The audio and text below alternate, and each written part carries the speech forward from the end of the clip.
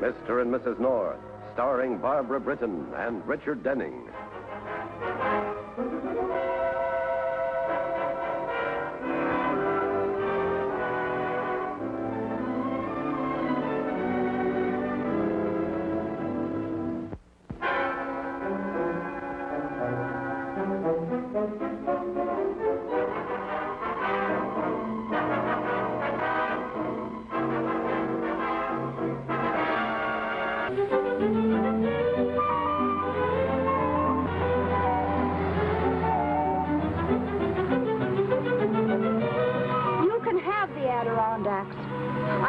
Rip Van Winkle slept so long, I'm surprised he ever woke up.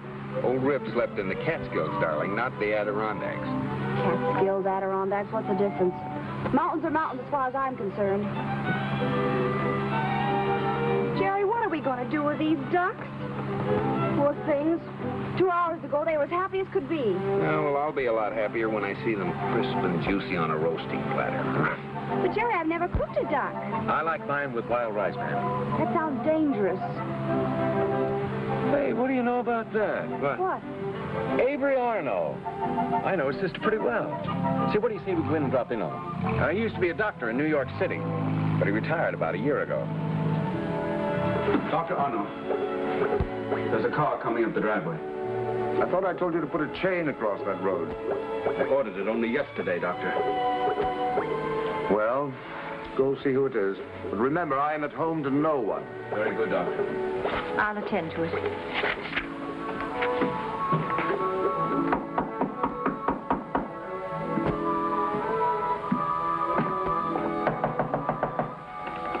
Who is it? Hello, Collins. Bill Weigand. Remember me? Well, are the Arnos in? We've been hunting in the neighborhood and thought we'd drop by and say hello.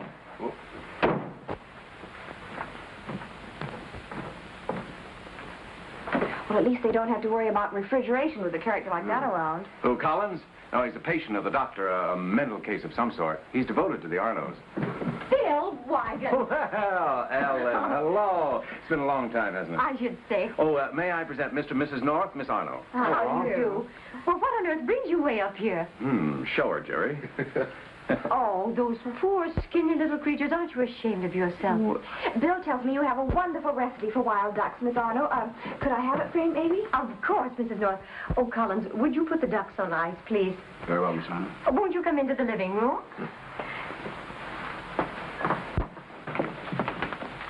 Of course, you have to hang them first. Who? The ducks. Oh. Then you rub them inside with salt. I'm not being a very good hostess, am I? Bill, would you help me with the cocktail things? I'd be delighted to, Ellen. We'll be right back.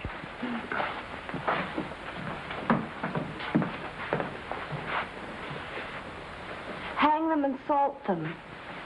That recipe sort of goes with a creepy place like this, Jerry. I have a feeling there's something going on. Yeah, it is kind of weird, isn't it? Maybe we ought to take the ducks and get out of here.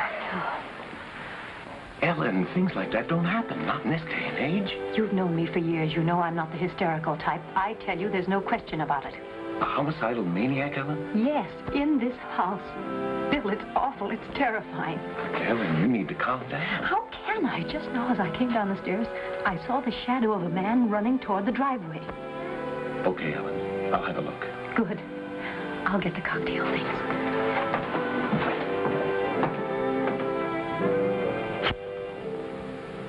Then you really believe there is a maniac loose around here? Somebody took our shotguns out of the car, and just on a hunch, I tried the motor. It's been tampered with. Well, apparently someone wants us to stay around for a while. Is that it? Or that they don't want us to leave tonight. Avery, I can't stand this any longer. I'll go mad myself, stark, raving mad. You know my feelings, Ellen. I can do nothing about it. Be reasonable. Why, living here under these conditions is like living in a perpetual nightmare. Or do you want me to leave you? Good heavens, no. You're my sister. I need you. You know that. Both of you. It's like Ellen, I'm nearing a breaking point. We've been all through this before, and you know the answer. Dr. Eckner here yet? He's waiting for you in the study. But this is my last night in this house, Doctor.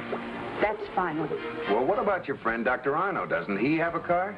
It's in the village for repairs. At least that's what the butler said. Bill, I don't like this whole setup, and Pam doesn't either. After all, the Arnos are complete strangers to us. I know, Jerry, I know, and I'm sorry I put you in a spot. After you hang them and salt them, I wonder what you do. With what? The ducks. Open the door, will you? I have to train myself.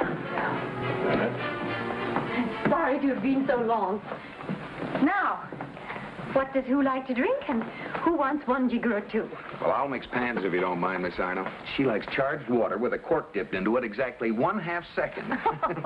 Miss Arno, would you think it terribly rude of us if we phoned for a cab? You see, Jerry is a book publisher, and there's an author in from the coast for just one night in New York. Mrs. North, there isn't a cab within 50 miles. And in any event, you couldn't phone. I tried the phone just now, and I couldn't even raise the operator. Bill, will you see if the line is clear? All right.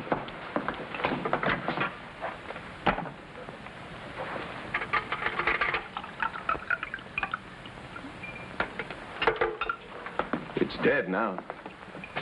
It was working all right before you arrived. I didn't get your order, Miss Arno. Oh, nothing for me, thanks. Oh, won't you all sit down, please? Do you mind? Thank you. I'm dreadfully sorry that you seem to be prisoners here. Bill, you told Mr. and Mrs. North about our problem. He said that you were afraid of something in the house. Yes. For a long time, we've heard strange sounds. Florence Earle, that's my brother's secretary and nurse, she's heard them, so has my brother. It comes at odd hours. What sort of sounds? Oh, unearthly cries. Just like a man in utter anguish. Go on, Miss Arno. Well, lately, odd physical things have been happening, too. Just like that phone. And the guns that were taken out of your car, Bill. Bill, has he been prowling in your car? Well, coupled with the phone, that means... You're right, Miss Arno. With your car unavailable and Bill's crippled and no possible communication to or from the house, that must mean that tonight's the night for someone to... Maybe us. Well, have you any idea as to the identity of this creature? Well, after a fashion. I was looking in my brother's desk for a checkbook, and I came upon a case history of the patient. There it was in my brother's handwriting. Patient X, the homicidal maniac, is in this house. Why haven't you given this matter to the police? Well, my brother regards his patients as his children. He will not have him turned over to the police. But if this one is dangerous... He still thinks he can effect a cure. That's why Dr. Eckner is coming here. You'll meet him at dinner. He's a very old friend and authority on mental cases. I'll be a mental case myself if this isn't cleared up tonight.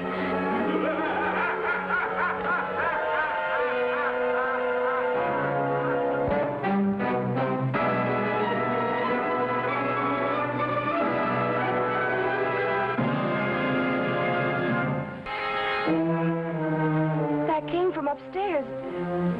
Do you think we were overheard? Collins! Collins, you see my sister? She's in the living room, Doctor, with her guests. Helen! Helen, you all right? Yes, dear, quite all right. Seemed to come from right outside my lab door. Yeah, when I opened it, there was no one there. I've searched the attic and the upper floors. Avery, this is Mr. and Mrs. North. How do you do? How do you do? And you remember Bill Weigand? Oh, yes. Hello, Bill. Happy to have you aboard. Hello, Doctor. Excuse me, Dr. Arno. Dr. Eckner is waiting for you in your study. Oh, thank you. Excuse me. Don't become involved. Dinner's practically on the table. Oh, I shan't be a minute. Excuse me. Did you hear him shriek? Yes, dear, but don't worry. Tonight will see an end to this. It certainly will for me. I'm leaving. You can't. You mustn't. Meet Mr. and Mrs. North. And Lieutenant Bill Weigand. This is Florence Earle, my brother's secretary and nurse. How do you do, Mr. and Mrs. North? Lieutenant. Hello. How do you do? I'm sorry, Ellen. I've arranged for a car. I'm leaving right after dinner.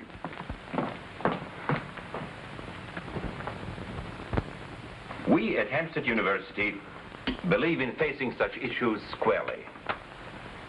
We take one fact for granted.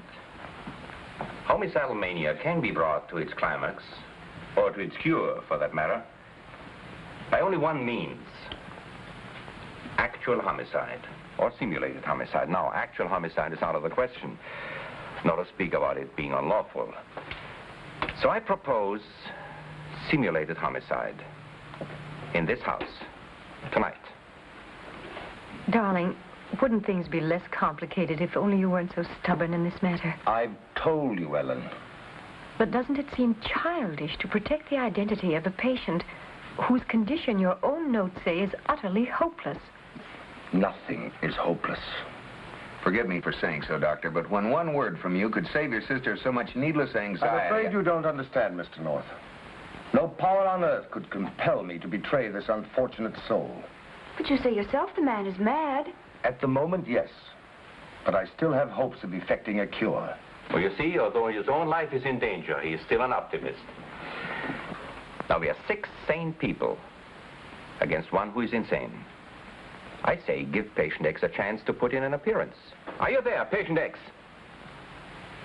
Hans, I wish you'd let me handle this matter in my own way. Your way? How long have I heard that? Lawrence.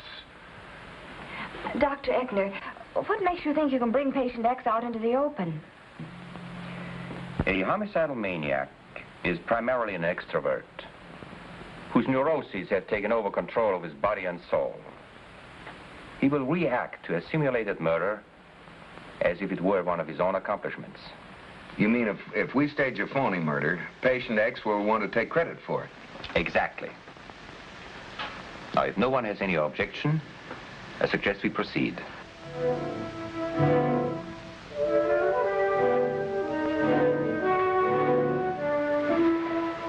Ladies and gentlemen, I take your silence as assent. I warn you, Avery, I intend to expose you, patient X. If you refuse to save yourself, I think it's time that we, your friends, save you for us. Whatever you say, Hans. You would please write on 6 slips of paper the following. Just a minute. There's someone listening behind that door. Enter! Enter, patient X.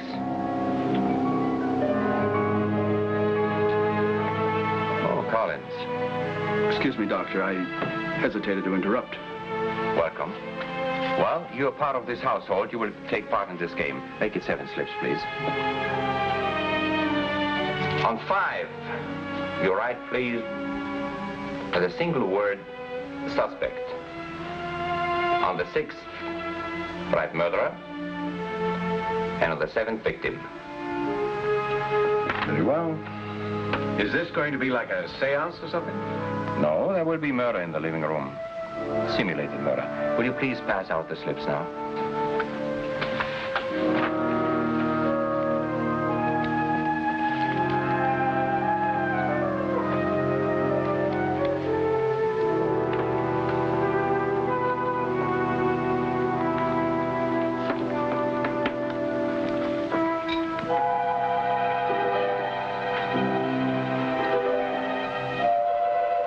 Now read your rolls.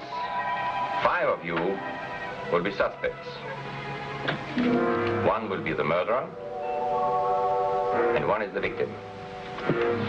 Now, when the lights come on again in the living room, I will question you, insult you, confuse you.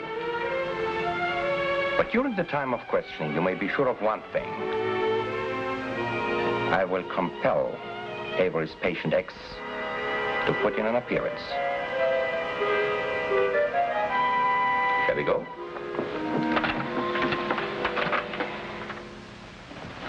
I will play the piano. You will mill here and there. All the while, my music will stimulate the confused nerves of a potential murderer. Now, when I say kill, whoever among you has the slip reading victim will crumple to the floor. If patient X arrives, I'll take charge. You see what I meant about police interference? You're not going to use your gun, Lieutenant, or your authority. With the appearance of patient X, Dr. Arno and I will take complete charge. Well, it'd be quite a pleasure, eh, Jerry?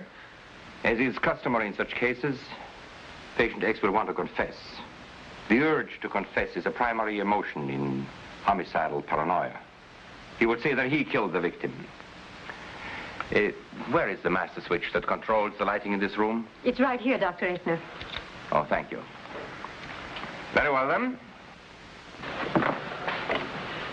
And so begins our little game.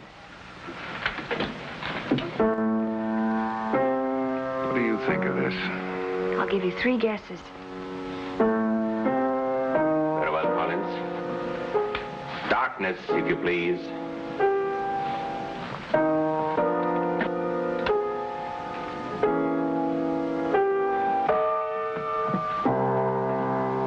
Proceed. The game has begun. An evening for murder, patient X. How can you resist? Come out! Come out of the darkness, patient X. Strike! Destroy!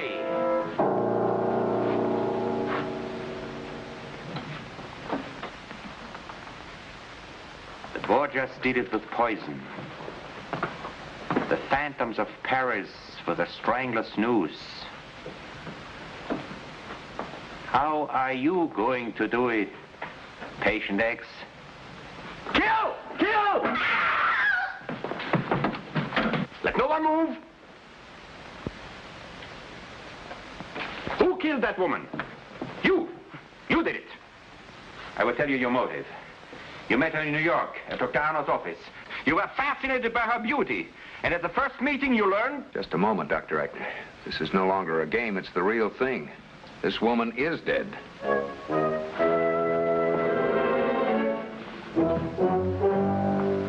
this is impossible. Stabbed? But, Avery, isn't there something we can do? I'm afraid not. She died instantly. But why was Florence singled out? Well, the only conclusion I can reach is that patient X must have slipped into this room, took part in the game, and when he'd selected this victim, struck. Dr. Arno, do you still plan to conceal the identity of patient X, even after what's happened here tonight? No. Time's come for me to tell all I know. Patient X is a man called Hubert Farrar. Under that name, I've treated him for many years. Under that name, he was admitted to the Naval Hospital in Baltimore, Maryland, just a year ago, where my diagnosis of a pressure on the brain was confirmed. Hubert Farrar. Yes? Yes, this is 3434. What? Would you repeat that, please? Very well, thank you. A telephone repairman checking the line. All phones in this area have been out of order since early this evening. A fallen tree. Well, then it wasn't patient X who severed our communications. Oh, Collins. Why don't you try the doorbell? May work now. Then all we need to find are the missing shotguns. And a distributor cap from my car. And patient X. Hey, what are you two up to? Bill, we found this in Miss Earle's room. Oh. To whom it may concern, I leave this house tonight, but I want it known that I fear for my life. Secure the details from Dr. Arno or his beloved patient X. Well, if Arno knows anything, it certainly isn't in his files. There's nothing on Hubert Farrar or patient X. Say, here's something. Take a look at that. Hubert Farrar. Well, it's a lead, all right. Well, it's more than that, Bill. Why not call Baltimore, the Naval Hospital, see what they have on the patient? All right, Farrar. I'll do that. Hello? Hello, operator. I'd like to speak to the Naval Hospital in Baltimore, Maryland, please. Yes, I'll hang on. This is 3434, Dr. Avery Arno. Yes, it's urgent, please.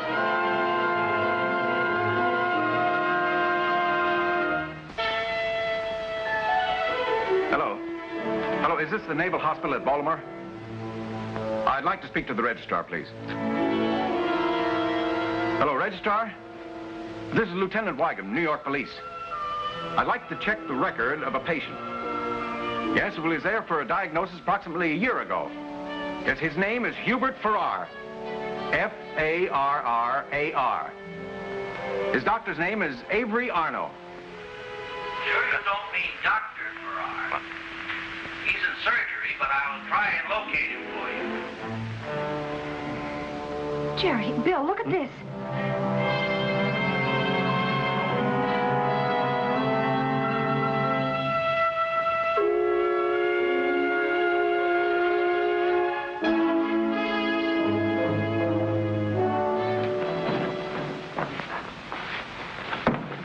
We're getting no place, no place. Did you find anything? We were in Dr. Arno's lab. Very interesting. You know, Dr. Eckner, your little game, despite the fact that it backfired here tonight, has merit. But I suggest that we carry it out a step further. For instance? Pam, will you take over the piano department? We'll play the little game all over again. Who knows? Maybe patient X will come out of the woodwork.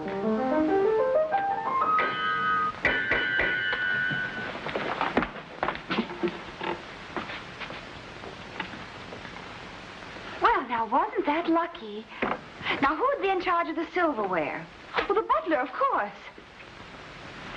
All right, you win. I killed Florence Earle. Collins.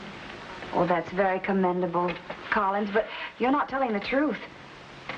Dr. Arno is the murderer. How dare you, Mrs. North? Miss Arno, your brother is patient X. Oh, utterly ridiculous. Avery is very sick, Ellen. Since boyhood, he's had a Jekyll and Hyde complex. How can you presume a thing like that? In his confusion tonight, he made a slip of the tongue and named Hubert Farrar as patient X. Hubert Farrar is a naval doctor, an old friend of your brother's. He told us on the phone the whole history of the case. He warned your brother over a year ago that he had a pressure on the brain. Oh, Doctor, say this isn't true. Oh, now I see. He killed Florence Earle because she planned to expose him. Oh, he's hopelessly mixed up. Jekyll and Hyde, that explains it. You knew about it too, Collins. That's why you took the guns from the car. He did it to protect me. I'm sorry, Ellen. I'm afraid it's all true. These are going to be the saddest words of my life. I thought I was cured. Until tonight, I was certain of it. And then something snapped, just as it had before. I didn't want to kill Florence. I don't even remember doing it. I know I did.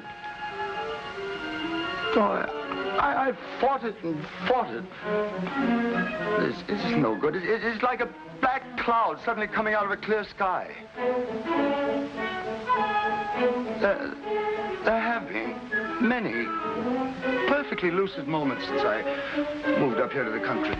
Long periods when I hadn't the slightest desire to kill or destroy. The isolation seemed to help. I guess it was only temporary. It's hopeless. There are moments when I know I'm completely insane. Oh, Avery. Avery.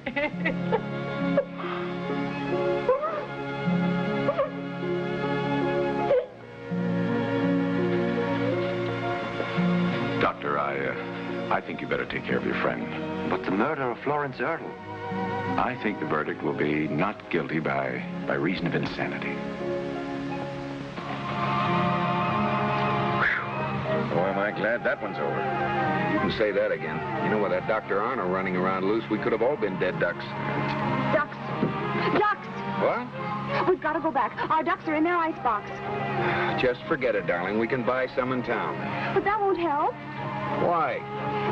Because Ellen never finished telling me the recipe. She only got as far as the salt and pepper, and then Florence was murdered, and surely a duck needs more seasoning than that. Shall I turn around? You do, and there'll be another dead duck.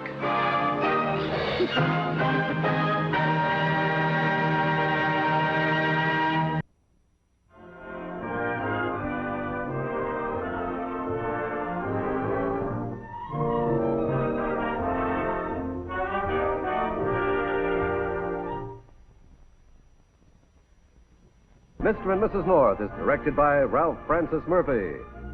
A John W. Loveton production.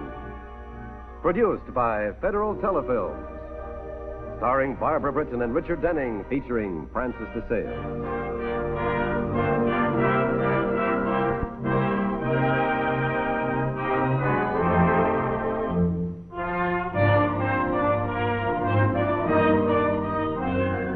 This has been a film presentation.